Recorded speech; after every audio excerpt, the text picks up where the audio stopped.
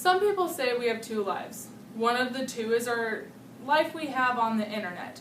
We all use the internet, don't we? Whether it's looking at the scores of a game, buying those pairs of shoes you've been wanting forever, or simply talking to your friends. But there's a time when the internet isn't used the correct way. It can be harmful and hurtful towards others. For example, here's a quote from Zac Efron. "I got made fun of constantly in high school. That's what built my character. That's what makes you who you are. When you get made fun of, when people point out your weaknesses, that's just another opportunity for you to rise above." Cyberbullying needs to come to an end. I want to educate parents, kids, and educational institutions on how to identify, acknowledge, and stop cyberbullying. According to the recently updated website stopbullying.gov, in the article Prevent Cyberbullying, kids, parents, schools, and people need to know how to identify cyberbullying. To identify cyberbullying, teenagers may have a group of friends they connect with and make sure nothing is happening, or parents may look for warning signs if their child is acting differently. One must stay close with friends on the internet, prevent cyberbullying from happening, and bring it to an adult's attention if they identify bullying. Parents need to make sure that their children know they can come to them if anything goes wrong. Anytime, not just on the internet.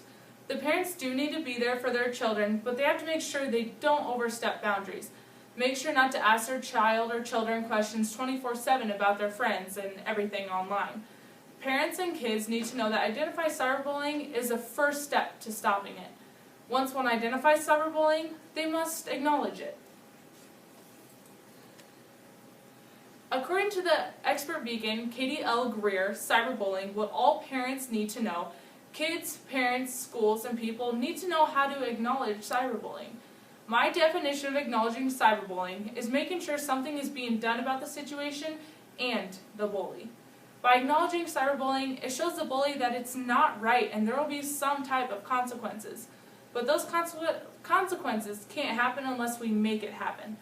Identifying, then acknowledging cyberbullying are the first two steps to keep the social media safer. Now this is for the kids and teenagers watching.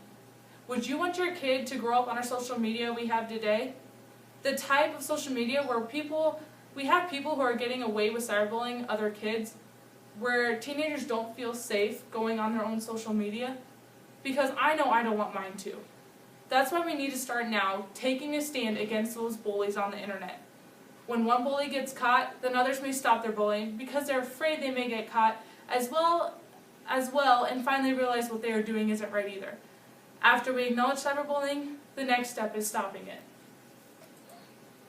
I surveyed 9th through 12th graders in my school. I asked them the question, when you see bullying happening on the internet, what do? I gave them 4 options. Ignore it, reach out to the person, the victim, and make sure he or she is okay. Take a stand against the bully, or choose option 2 and 3. Reach out and take a stand. 13.2% said they'd reach out to the victim, which is good. 10.5% said they'd take a stand against the bully. 36.8% said they'd choose option 2 and 3. Reach out and take a stand. Now the blue here is a part I'm not a huge fan of. 39.5% of students said they'd ignore the cyberbullying they see on their social media. I can guarantee the kids in my school have at least 4 forms of social media: Facebook, Twitter, Instagram, and Snapchat. Not a lot of people talk about it, but people do get bullied on Snapchat and Instagram the most. Between their comments they leave, between posting pictures about someone else thinking it's funny, it's not right. And I hope that 39.5% in that blue changes to 0% in the future. Kids, parents, schools, and people need to know how to stop cyberbullying. According to connectsafely.org, tips to help stop cyberbullying, last updated December 2013, they said, don't respond or retaliate. Sometimes a reaction is exactly what the aggressors are looking for because they think it gives them power over you, and you don't want to empower a bully. As for retaliating, getting back at a bully turns you into one and can turn one mean act into a chain reaction. If you can remove yourself from the situation, If you can't, sometimes humor disarms or distracts a person from bullying. Next thing is to save the evidence. The only good news about bullying online or on phones is that it can usually be captured, saved, and shown to someone who can help. You can save that evidence in case things escalate. On my slide behind me, I have many ways to stop cyberbullying. I mentioned a couple that I just said earlier. Know that it's not your fault. Don't respond or retaliate. Save the evidence. Tell the person to stop. Reach out for help. Use available tech tools. Protect your accounts. And if someone you know is being bullied, take action.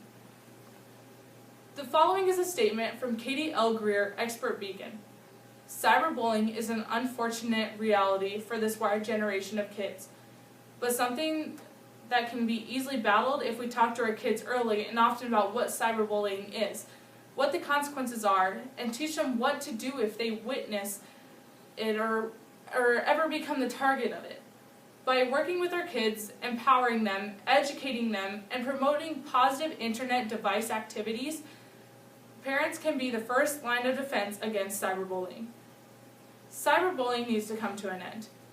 I want to educate kids, parents, and educational institutions and people how to identify, acknowledge, and stop cyberbullying. If you are the bully, stop it now. If you are being bullied, take a stand. Talk to an adult you know and trust. You're not alone. Let's put an end to not just cyberbullying, but bullying, period.